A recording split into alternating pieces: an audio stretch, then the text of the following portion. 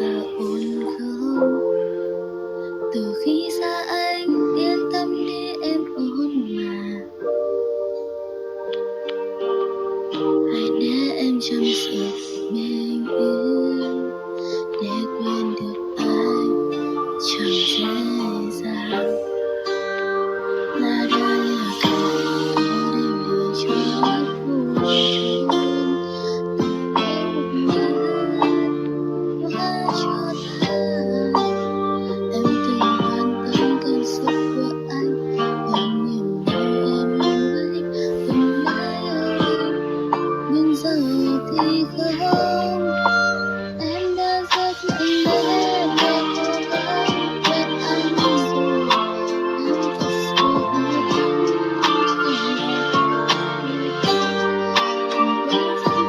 Hãy để